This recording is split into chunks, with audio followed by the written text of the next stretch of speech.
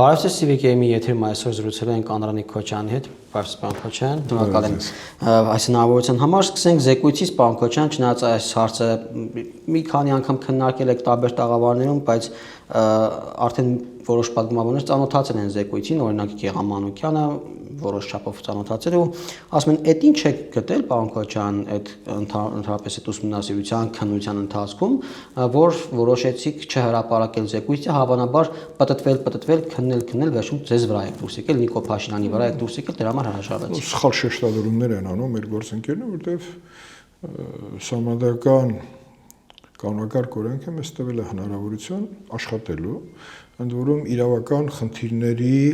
առկայության պայմաններում, որը շահարկվեց այս ընթացքում, այսինքն սկսեցին հոդվածներ տպվել, որ ժամանակը խախտված է, ժամկետանց է, երբ որ նպատակը ըստ էության, ըստ տրամաբանության եւ ոգու օրենքի պահանջի դա զեկույց ունենալն էր։ Վերջին հաշվարկում զեկույցը մենք ունեցանք, զեկույցի վրա աշխատել ենք բավականին տևական ժամանակ, տարուկես մենք հավաքագրել ենք փաստերը եւ այդ տարուկես էլ մենք պատրաստել ենք զեկույցը։ Զեկույցը շատ փաստարկված է, հիմնված է փաստարկների եւ տեղեկատվության վրա, այն ամբողջի վրա, որը մենք կարողացել ենք հավաքագրենք եւ այդ հավաքագրման արդյունքում ունենալ 200 էջից ավել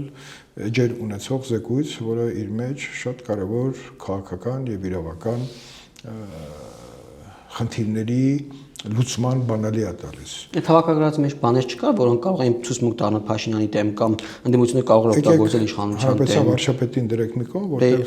հանրապետության վարչապետը, եթե որևէ խնդիր ունենա, նա 10 ժամ չէր գա քննիչ հանձնաժողով եւ պատասխաներ հանձնաժողովի անդամների հարցերին։ Եթե ընդդիմադիրները կարդալուց հետո այդպիսի տեսակետ են ասում, բնականաբար ես պետք է հարց տամ։ Ինչն էր ձեզ խանգարում մասնակցեիք այս աշխատանքներին եւ դուք էլ ձեր հարցերը հնչեցնեիք թե վարչապետին, թե բոլոր պաշտոնյաներին, որոնց հրավերը հիմնավորված էր նրանով, որ առնչվում էր 44 օրյա պատերազմի հանգամանքներին։ Իրանք չեն եկել։ Հիմա բայց ունեն հնարավորություն ծանոթանալու զեկույցի հետ։ Հիմա եթե ես վերլուծեմ իրավական խնդիրները ինչու էսպես ստացվեց, բազմիցս խոսել եմ, հիմա էլ եմ ասում, որ զեկույցը ունի քաղաքական մեծ նշանակություն, որպեսզի շահարկումներից հեռու մնար, նա պետք է կանոնակարգ օրենքի պահանջի համապատասխան ազգային ժողովի կողմից լիներ լիագումար նիստի ընթացքում ներկայացված իմ կողմից եւ ես պետք է պատասխանեի այդ հարցերին, դրանով կսպառվեին բոլոր շահարկումները, բայց քանի որ մեր պետաիրավական հանձնաժողովի նախագահ այլ ձև մեկնաբանեց, հա, կանոնակարգ օրենքում այդ դրույթը ժամկետների հետ կապված, ազգային ժողովի նախագահը որոշում կայացրեց ուղարկի առաջի բաժին, որովհետեւ պատգամավորները ծանոթանան այնտեղ, չնայած ես չեմ կիսում Վլադիմիր Վարդանի տեսակետը այն հիմնավորմամբ, որ այո ժամկետի առումով, որտեղ ժամկետը նպատակը ժամկետը չէր խախտել։ Հիմա ընդդիմությունը ասում է, ես ասեմ, ես ուզում եմ շեշտեմ, որ քառօրյա պատերազմի ժամանակ ես զեկույցը ներկայացրել եմ 1 տարի ըստ այդ տրամաբանության ուշացումով եւ այն ժամանակվա ազգային ժողովի նախագահը զեկույցը ուղարկել ազգային ժողովի լիագումարնիստ եւ ես ելույթ եմ ունեցել պատասխանել եմ հարցերին։ Հիմա այդ նախադեպի պայմաններում արդեն այլ իրավական այսպես հետընթացների մասին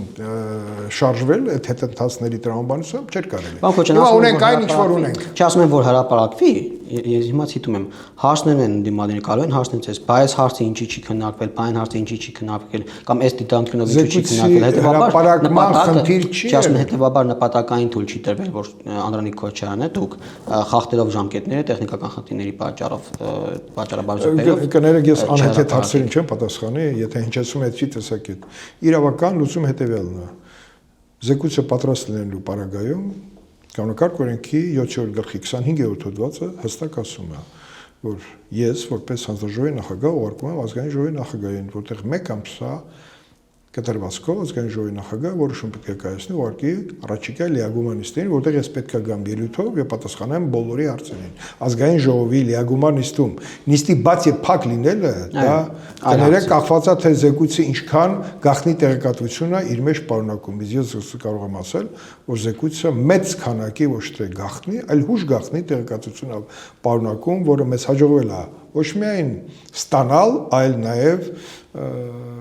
եզրակացության մեջ ներառել թե մեր հիմնական անհաջողությունների կամ պարտության պատճառները ի որոշ մենք ստացել ենք այդ պատասխանները հանրության ուժեղ։ Ինչու սկսվեց պատերազմը։ Հնարավոր է խուսափել, թե հնարավոր չէ։ Ինչու պարտվեցինք, մեզ տրված ժամկետներում մենք ստացել ենք այդ պատասխանները եւ պատրաստել ենք զեկույց։ Այ ուրիշ բան, որ զեկույցը հետագայում ինչ ընթացակարգով ինչքան հասանելի կլինի, այդ է խնդիրը։ Բայց կարող ենք խուսափել պարտությունից, պարոն Քոչարյան։ Խուսափել։ Այո։ Ոչ։ Կարող ենք հաղթել կամ չպարտվել։ Գիտեք ինչ, պատերազմի ժամանակ ամեն ինչ հնարավոր է, բայց այն պատկերը, որ մենք արձանագրել ենք եւ ներառել ենք զեկույցի մեջ, այդպիսի պատկերով եւ հակառակորդի հետ համադրելով մեր ու նրանց հնարավորությունները, պատրաստվածության աստիճանը եւ այլն, մենք մեր շանսերը շատ մինիմալ էր։ Հիմա հարց կլինի, բա 90-ականներին ո՞նց հաղթեցինք։ Շատ բնական, որտեղ 90-ականներին մեր եւ Ադրբեջանի հնարավորությունը տարբերությունը այսքան մեծ չէր եւ ադրբեջանական բանակը այդքան պատրաստված չի եղել։ Մենք մեր հաղթանակից հետո ոչնչացրեցինք մեր պատրաստվածության մակարդակը,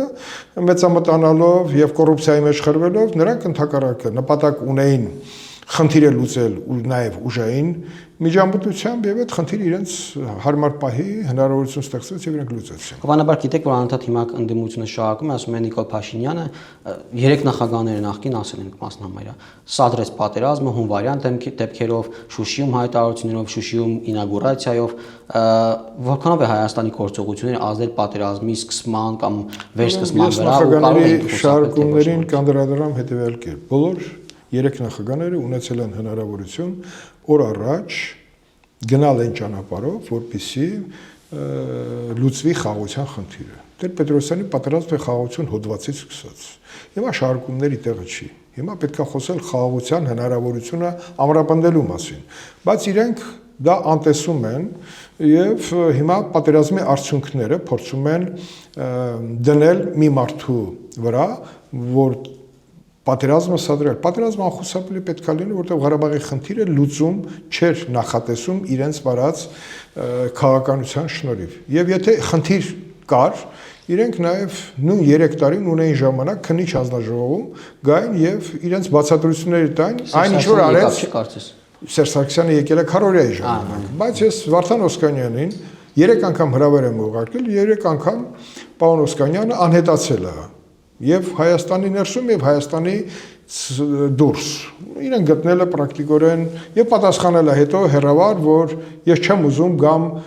պատասխանեմ մի հանձնաժողովի, որին չեմ վստահում։ Կներես, բա ում եք վստահում, պարոն Օսկանյան, երբ որ դուք էլ ասում եք, որ պարոն Փաշինյանը ամենալեգիտիմ, լեգիտիմությամբ օժտված իշխանավորն է, որը պետքա լուծի այդ հարցը։ Այդ դեպքում հարցերը առաջանում, բա դուք ինչի չէիք լուծում։ Պարոն Քոչարյան, շատ է խոսվում 2019 թվականի Ռուսաստանի կամ ըստ էության համանախագահների անունից Ռուսաստանի արված առաջարկի մասին, որից իբր Հայաստանը հրաժարվել է ու եթե չհրաժարվեր պատերազմը չէր լինի, այդ թեմային անդրադարձել է զեկույցը, ինչ էր առաջարկվում, ինչից մեր զեկույցը ներառել է պարոն Փաշինյանի 10-ժամյա բացատրությունները ամբողջությամբ եւ մեր զեկույցը ներառել է բոլոր այն տեղեկատվությունը, սկսած քարորիա պատերազմի զեկույցից մինչև այստեղ։ Հսկայական այդտեղ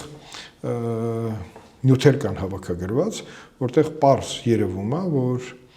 եթե չես գնում խաղաղության, դու գնում ես պատերազմի։ Իսկ կարող ենք գնալ խաղաղության։ Խաղաղության կարող են գնալ բոլոր 3 նախագահները հերթականությամբ։ Իրենք պահել են ստատուս քվոյի տրամաբանությունը, իսկ ստատուս քվոն հակառակորդի կողմից չի ընդունվել եւ նա հենվելով ՄԱԿ-ի բանաձևերի վրա, այնուամենայնիվ վերականգնել իր տարածքային ամբողջականությունը պատերազմի միջոցով։ Վերջնաշուտ դուք նկատեցիք պատերազմնոցում ոչ մեկ Ադրբեջանի չդատապարտեց։ Ինչի՞ չդատապարտեց, որովհետև իրավական առումով այնտեղ մենք հայտնվել էինք փակուղում։ Իսկ փակուղիները որպես կանոն լուծվում են հենց այս ձևով։ Կամ դու պետքա շատ հզոր բանակ ստեղծեիր, որ ռիսկ չանեին քո վրա արդեն։ Իհարկե, այն ինչ որ հիմա Իսրայելը անում է, բայց ունենալով, բարեկամներ, որոնք նաև աջակցում են այդ խնդրի լուծմանը։ Մենք այդ խնդիրը 94 թվականի հրադադար հաստատելուց հետո այդ խնդիրը մենք մսխել ենք, ոչնչացրել ենք։ Եվ եթե նայենք մեր պատերազմից առաջ մեր վիճակը, որը արձանագրվել է նաև զեկույցում, դա մեզ որևէ հնարավորություն չէր տալի։ Հա, հիմա կասեն 90-ականները նորից եմ ասում, որևէ համատություն չես կարող ունենալ 90-ականների վիճակի եւ ուրեմն 2020 թվականի բանակի մեր եւ ադրբեջանական բանակի վիճակների միջև։ Եվ վերջին հաշվով Ադրբեջանը պահում է ռևանշի պատրաստված սերունդ, որը պատերազմի արդյունք էր, եւ այդ սերունդի մարդկային ռեսուրսի հիման վրա ինքը ձևավորում էր իր բանակը։ Մենք անդադ խոսում էինք անպարտելիության մասին եւ Բաքվում ոչխար լինելու մասին։ Եվ Բաքվում թե խմելու մասին, դա այդպես մեծամտությունը որպես կանոն երբեք ոչ մեկին լատեղ չի տարի, առավելևս պետություններին։ Եվ 10 քառորյա պատերազմից հետո մենք փոխանակ դասեր քաղեինք։ Մենք քառորյա պատերազմից հետո ավելի մեծամտացանք, ասենք որ մենք հաղթել ենք։ Այն պարագայում, երբ որ մենք հաղթանակի որևէ բան արձանագրում չունենք, ավելին մենք ունեցանք տարածքային կորուստներ եւ պարզվեց, որ քառորյա պատերազմը իրականացվել է որպես նախամեծ պատերազմյան գործողություն, որպեսզի ճշտեն կամ ցույց տան, որ կարա պատերազմով լինի հարցերի լուծումը, եկեք խոսենք եւ դրա մասին է խոսում Սերժ Սարգսյանի այցը Ստեփանակերտ եւ նրա այդ հայտնի խոսքերը, որ այնպես պետքա չլինի, որ հետո ղարս երկենք։ Եվ վերջին հաշվով եղավ այնպես, ինչպես եղավ։ Հիմա մեղավորներ փնտրելու խնդրի մեջ չի, դասեր քաղելու մեջ չի։ Մասին չէ, այդ քննիչ հանձնաժողովը այդ մեղավորներ գտնելու մասին չէ։ Քննիչ հանձնաժողովը տվել է բացատրություն, թե մենք ինչ ենք պարտվել։ Մեր եզրակացությունը ունի 45 կետից է բաղկացած, որտեղ նկարագրվել է բանակի կոնկրետ վիճակը բոլոր առումներով, ցամաքում, օդում եւ այլուր։ Հետախուզությունում Գեգամ Մանուկյանը մի լավ առաջարկ է անում, կարծում եմ լավ առաջարկ է։ Ասում է, եթե լիագումարնիստի չեք տանելու եւ հնարավոր կա կետեր, որոնք հնարավոր է հանրային ասել, հրապարակային, այսինքն լիագումար բացնիստի ժամանակ ասել, ինչու դուք ասուլիս չեք հրավիրում այդ հատվածները բացում լրագրողների համար։ Այդ հատվածները, որպեսզի ես կարողանայի անել, պետքա զեկույցը գնալ լիագումարնիստ, ճիշտ հասկացեք։ Հիմա ես ինքս, ես հիմա կարող եմ այսպես վստահաբար ասել, հանձնաժողովը իր առջև դրված խնդիրը լուծել է, ներկայացրել է զեկույց, որը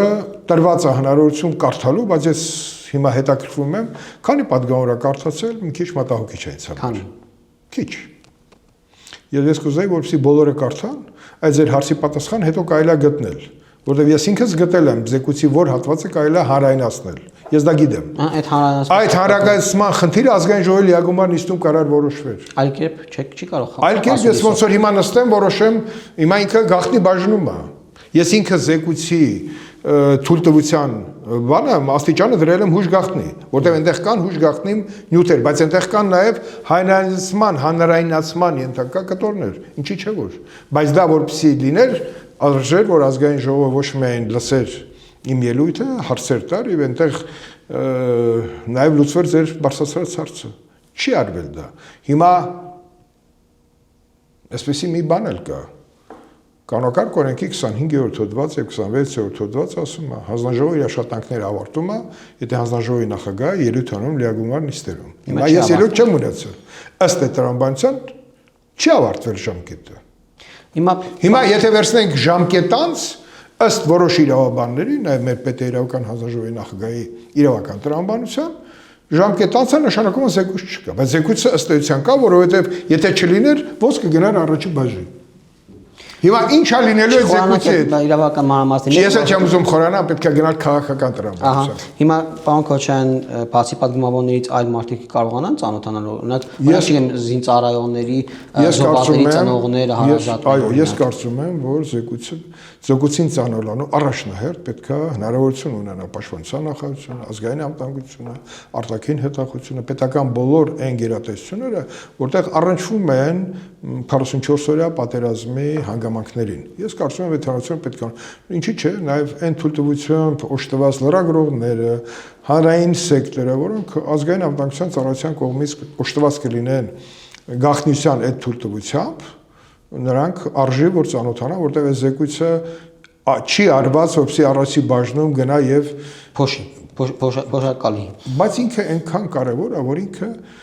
դուրս է գալու եւ պատերացակելու։ Այդպես եղավ նաեւ Փաստավակ խմբի քննիչ հանձնաժողովի բոլոր 5 զեկույցները։ Այնտեղ էլ ըստ տրամաբանության պետք է ոչ մարտի 1-ի իհարկե պետք է չլիներ։ Բայց ասեք մի է դա այնուամենայնիվ ուշադիր նայել էր իմ եւ Տիկին Սաֆոն նաեւ խմբի կողմից ստեղծած առաջին զեկույցը Համլետ Թադևոսյանի մասին եւ դա ներառված է նաեւ Միեդի որոշման մեջ հիմա ցանկացած զեկույց եթե ինքը հենված է փաստերի վրա դա չի կարա երկար թաքնված մնա ինքը պետքա այդ հարցերի պատասխանը եթե գտնված է նա պետքա հասարակությանը հուզող այդ բաները ներկայանալի լինի ինչ որ ձևաչափերով ես կարծում եմ որ ձեր տված հարցի պատասխանը ես ունեմ, բայց դրա համար իրավական ընթացակարգեր են պետք եւ ես կարծում եմ, որ այդ լուծումները կխնդրեի, որպեսզի մեր իրավաբանները հուշեն կամ իմ հետ խորհրդակցեն, նաեւ այս որոշման, հա, բացատրությունների ժամկետի հետ կապված իմ հետ ոչ մեկ չխորհրդակցեց։ Ես շարժվել եմ օրենքի պահանջով 25-րդ հոդվածի եւ 26-րդ հոդվածի պահանջով, որը արել եմ նաեւ քարորիայի ժամանակ։ Այդ տրամաբանությունը խախտվել է։ Հիմա գալով Միեդին ձեր նշած պարոն Քոչարյան, գիտենք, որ Միեդը նոր որոշում է կայացրել մարտի 1-ի գործով, որ այդ ընթացքում խախտվել է մարդկանց կյանքի իրավունքը, որ պետությունը չթույլատրված միջոցներ է կիրառել, զենք է կիրառել, բանակն է ներքաշել մարտի 1-ի գործողություններին, ինչպես նաև բացահայտելու ուղղությամբ պատշաճ գործողություններ չի կատարել, այդ իմաստով ևս մարդկանց իրավունքը ոտնահարվել է։ Ռոբերտ Քոչարյանը իր ասուլիսի ընթացքում ասաց, որ ինքը անդուր չէ վերաբերվում հատկապես 2018-ից հետո քննությանը Միեդի, որովհետև պետությունից անընդհատ փաստաթղթեր է պահանջել Միեդը, որը չի տրամադրվել, այսինքն այնպես է ստացվել, որ Միեդում թե հայցվոր կողմը, թե պատասխանող կողմը եղել է մի անձ, այսինքն պետությունը բավարար չի պաշտպանվել, հետևաբար ինչ կարող ես ասել այստեղ։ Այդտեղ մենք ծերացել ենք։ Ռոբերտ Քոչարյանի այդ հայտարարությունը խոսում է այն մասին, որ ինքը ընդհանրապես անպատասխանատու մարդ եղել է եւ շարունակում է մնալ։ Ղեկավարելով երկիրը 10 տարի, ընդ որում 4 անգամ պարտվելով Դեմիրճյան ընտանիքին, ինքը պաշտոնավարել է եւ ինչ որոշում կայացրել է կայացրել է։ Ինքը հակասահմանադրական որոշումներ է կայացրել եւ միջև հիմա դատաքննության փուլսկի չենք մտել։ Դա մեր իրավաբանների այդ տրամաբանության շնորհիվ է, որտեվ երկու իրավաբան կամ 3 իրավաբան 3 տեսակետ է ծնվելու, որը խոչընդոտ է դառնում իրավական լուծումների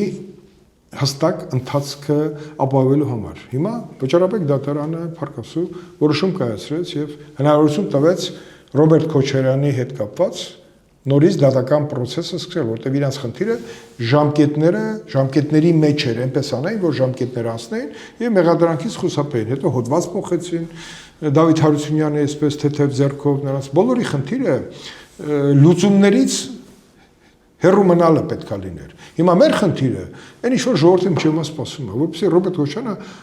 պատասխան տա դատարանում, թե իր որոշումների արդյունքում մարդիկ են զոհվել։ Ինքը հակասահմանական որոշում է կայացրել եւ արտակարգ դրության հետ կապված ինքը բանակ է ներառել, երբ որ դա կարար անել միայն ռազմական դրություն հայտարարելու պարագայում, որը չի եղել։ Հիմա բանակի փաստն էլ արձանագրվել է փաստավակ խմբի կողմից, այդ 038 հրամանը, եթե չհայտնվեր մեր ձեռքում, այդպես էլ իրանք ասեն բանակ չի եղել։ Ինչքան ուզում ես ֆոտո, վիդեո, մատերիալներ դուր, ինքը ասի դա մոնտաժված է, գնանք փորձակնությունների, հիմա ինչքան պետք է խուսափենք։ Ինչի եմ ես սա ասում։ Ես կարծում եմ, որ գլխավոր դատախազում Միեդի որոշումից հետո մեղադրանքը պետքա մի հատ նորից վրայով անցնի եւ ճիշտ մեղադրանք եկած հանգամանք կարող է դիտվել։ Ոչ թե նոր եկած հանգամանք, այլ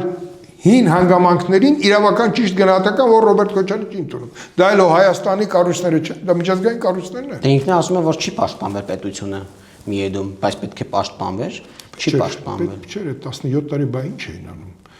17 տարի իրանց հիմնավորումները պարզվեց, որ կեղծ էին։ Բոլոր իրանց քննության արդյունքները կեղծ էին։ Արժանահավատ չէին, խնդիրը այդտեղ էր, պետական ինստիտուտներին իրանք մղել են հանցագործության, փորձագետներին մղել են հանցագործության, քննչական խմբերին մղել են հանցագործության, բա ինչ եք ասում, բա հենց դրա համար էլ մեղադրվողը ոչ թե հիմա ասում են, բա կրակողին չէ, ով ասես չեն գտել, շատ լավ էլ գտնված են, մարտի 1-ը բացահայտված է, եւ մարտի 1-ի համար մեկ մեղավոր Ռոբերտ Քոչարյանն է եւ իր վարչախումբը։ Եվ այն համակարգը, որոնք իրականացրել են ապօրինի որոշումները Ռոբերտ Քոչարյանի, պարլամենտում էլ, ուրա Տիգրան Թորոսյանը, ուրա ընդհանրապես։ Պարլամենտում, այո, որ ծավծավում էր, որ այս ինչ են անում, ֆլան ֆստան։ Չէ՞ որ ինքը ազգային ժողովում օրինականացրեց Ռոբերտ Քոչարյանի անօրինական որոշումները, չէ՞ այստեղ։ պատգամավորներին կալանավորեցին եւ այլն։ Այդ օրենքի որ դրույթով էր ինքը համարում, որ բանը արտակարգ դրությունը անհրաժեշտ է։ Ոնց։ Բայց հիմա որպեսզի մենք բոլոր հարցերի իրավական լուծումները ստանանք, պետք է դատախազությունը այնուամենայնիվ ես սպասում եմ դրան, անձամբ, որտեղ ես ինքս ամեն ինչ արել եմ, այն ժամանակ ընդդիմության կողմից ինձ եւ Տիկին Սաֆյանին ուղարկել են փաստավախում, եւ մեզ հաջողվել է երկուսով ամբողջ պետության, հա, այդ մեքենայի դեմ իրականացնենք աշխատանք, որի արդյունքում հավաքագրվել են փաստեր, ընդ որում մենք գիտակցում ենք, որ մեզ ուղարկած փաստերը նաև կեղծ են, բայց մենք գտնում ենք ձևեր մեր հարցադրումների միջոցով կամ հրավիրյալներին լսելու միջոցով ստանանք դրական ճիշտ պատասխաններ եւ տանք զեկույցներ, 5 զեկույց, հատուկ միջոցները, հատուկ միջոցների կիրառման զեկույցը ըստ էության պարզ երևում է, թե ում հրամանի արդյունքում, որտեղ այդ միջոցները կիրառողները Քոչարյանի թե չէ։ Չէ։ Ոստիկանության ես ուզում ասեմ, որ մի հրամանը վերևից որ գալիս է, պետք է չմնել մանուկների մեջ։ Առանց այդ հրամանների շղթայի հնարավոր չէր, որպեսզի ենթասպան հաներ չերեմուխան կամ չգիտեմ չկիրառեր։ Այսինքն դրանք միեդև վերցրեց արժանատա մեր Հայաստանում դրանք գնացին, չգիտեմ, որ բաժին, բայց այնտեղ լրջորեն նայելուց հասկացան, որ փաստարկված հիմնավորումները պետքա հիմնավորված հիմնավորումները պետքա մեղադրանքի հիմքում լինեն։ Գործը չբացահայտում է եւս միեդը գտել է, որ այդպիսով խախտվել է մարդկանց իրավունքը, իսկ այդ իմաստով Ռոբերտ Քոչարյանը ասում է, բացահայտեիք, ես դրանից հետո Դե բացահայտել ենք, հիմա ես ասում եմ, հարգելի գլխավոր դատախազություն։ Միեդի որոշումով այլևս որևէ կասկած չկա մարտի 1-ի բացահայտված լինելու մասին։ Այդ դեպքում իրավաբաններով գտեք դրա ճիշտ ձևակերպումները։ Հիմա կներեք։ Հիմա գամ նորից 44 օրյա զեկուցին։ Ըստ էության զեկուցի արկայության պայմաններում իրավաբանները տարակարծիք են։ 2 իրավաբան, 2 կարծիք, 3 իրավաբան, 3 կարծիք, 10 իրավաբան, 10 կարծիք, բայց կա ընդհանուր սկզբունքներ։ Նախադեպային սկզբունքները խախտել չի կարելի։ Բայց դե հիմա այստեղ նախադեպի մասին չի։ Հստակ միեդի որոշում կա։ Մենք հիմա ասենք միեդի որոշման պայմաններում մարտի 1-ի դատավարությունը Ռոբերտ Քոչարյանի կողմից պետք է այսպես շարունակվի։ Ձեր կարծիքով ի՞նչ պետք է արվի։ Մեղադրանքը պետք է մի հատ նորից նայեն եւ Ռոբերտ Քոչարյանի մեղադրանքը պետք է նոր ձևակերպում ստանա։ Լրացվի թե լրացվի, պարտադիր։ Դա իմ կարծիքն է։ Ես էլ իմ երկրորդ մասնագիտական իրավագիտության ես հեռակայել եմ, ստացել եմ դիպլոմ։ Դա չի հարցը։ Տրամաբանությունն էլ է դա ասում։ Հիմա Ռոբերտ Քոչարյանի մասին եք ասում, իսկ Ռոբերտ Քոչարյանը ինչու հիմա ազատության մեջ է, երբ որ իր օրոք մարտի 1-ը համարվում է բացահայտված։ Եվ առանց նախագահի մասնակցության մարտի 1-ը այդ ծավալով եւ այդ ձևով չէր կարող լինել։ Եվ մի հետ ասում է, որ պետությունն է պատասխանատուն, պետության գլուխը Ռոբերտ Քոչարյանն է։ Մնացածը ըստ հերթականության ամեն մեկը իր չափաբաժանը եւ եղել է 0038 հրաման, որ բացահայտված։ Ուրա Միքայել Հարությունյանը։ Ինչի փախցրեցին իրենք։ Հիմա ես ամեն ինչ արել էի, որպեսզի պաշտպանության փախած նախարարը գար, որովհետեւ եթե հիշում եք Միքայել Հարությունյանին, երբ որ ես հարցաքննում էի, եթե այդ կադրերը կորսված գարնում դրված է։ Ես ասում եմ, բա ով է այս հրամանները դե բանակի։ Ինքը ասում է, ինչ ես ինձ ասում։ Բա ում հասնեին։ Պարչեր ինչ որ մի հետ ասում է, հիմնական մեղավորին թողած ինչ է գիշեր չնայած պաշտպանության նախարարը, այդ հիմնական ցանկի մեջ պետք է լիներ։ Ասում ինչ եք ինձ ասում։ Ասում սամարություն եք խախտում։ Ասում ես եմ խախտում։ Հրաման կատարող եմ եղել։ Ինքը, բայց ես իրան ուրիշ բաներ եմ ասում։ Ասում եմ, որ դու սովորական պաշտպան ես, դու կառավարության անդամ ես։ Եվ ապօրինի հրամանները դու կարող ես չկատարել։ Բայց ինքը սալդաֆոն էր, եւ մնացել է սալդաֆոն։ Հետո դարձել է պաշտպանության նախարար։ Չէ՞ որ նաեւ Աստվածաշնչում ասված, քարերը մեր պետք է գցես, մեր պետք է հավաքես։ Հիմա հավաքելու ժամանակն է։ Եկեք ճիշտ հավաքենք, որպեսզի այդ էջը համարենք փակված, գնանք առաջ։ Թե չէ, չփակված էջերով անդադ մենք այսպես իրար հոշոտելու ենք։ Ռոբերտ Քոչարյանը պետքա գրի համար 1 պատասխանատուի կարգավիճակ։ Իսկ Սերժ Սարգսյանն է, պարոն Քոչյան, որովհետև իր ժամանակ ինքն էլ թույլ ըստ Միեդի կարծիքի իր ժամանակ պետք է բացահայտվեր ըստ էության գործը, բայց չի բացահայտվել։ Այդտեղ էլ խնդիր կա։ Եվ ավելի անգամ փամփուշտներ են փոխել, այսինքն իրենք դիտավորյալ ուզեն ինչ բացահայտել։ Սերժ Սարգսյանը ժառանգորդն է Ռոբերտ Քոչարյանի ժառանգության։ Իհարկե, Սերժյանը նաև վարչապետ։ Նաև շահառուն եւ Իրան են ենթարկվել բազմաթիվ կառույցներ։ Այո։ Այդ հատվածը բացահայտված է, թե չէ։ Բացահայտված է։ Իմ համար ամեն ինչ բացահայտված է։ Իսկ Բայց բացահայտված լինելը համարում ենք, որ դատարանում պետք է այդ վճիռները կայացվեն։ Ուզում ասեմ, որ ամեն ինչ իր հերթով, բայց որպեսզի դրանք լինեն, պետք է ճիշտ իրավական գնահատականների արկայության պայմաններում, ճիշտ հիմնավորում դատարանները պետք է կայացնեն արդարացի որոշումներ։ Եվ վերջում, պարոն Քոչյան, նաև Ռոբերտ Քոչյանն անդրադարձավ Վանո Սիրադեղյանին, երբ հարցը հնչեցրեց այդ մասով լրագրողը, ինքը ասաց, որ այ եթե ողջ լիներ Վանո Սիրադեղյանը, ես շատ բաներ կասեի, բայց քանի որ մի բան էլ հիշեցի։ Ինչ պետք է ասեի։ Հիշում եք, բոլորը մոռացել են, նաև լրագրողները։ Երբ որ իրան հարց էին տալի Պողոս Պողոսյանի սպանությունից, ինքը նույն ձև ասաց, այդ է ողջ լիներ ես կասեի։ Բայց այս անգամ ասում որ չեմ իմացել որպեսի բաները։ Իր այդ արտահայտությունը իր բերանից է դուրս եկել։ Հանեք դրեք իր նկարի կողքը։ Այսինքն ասում էր, եթե կուկուն սպանած չլներ, ես կանեի։ Ես դենց եմ հասկացել։ Ես օրինակ իր ասածից դենց եմ հասկացել։ Ես հələ իրան կասեի ինչ պիտի լինեիր։ Լավ։ Օղորմի Պողոս Պողոսյանը։ Կուկունել դարձավ էշնահատակ։ Իսկ Վանո Սիրադեղյանի մասով պետք է ասել, որ մասով ինքը թող սսկվի։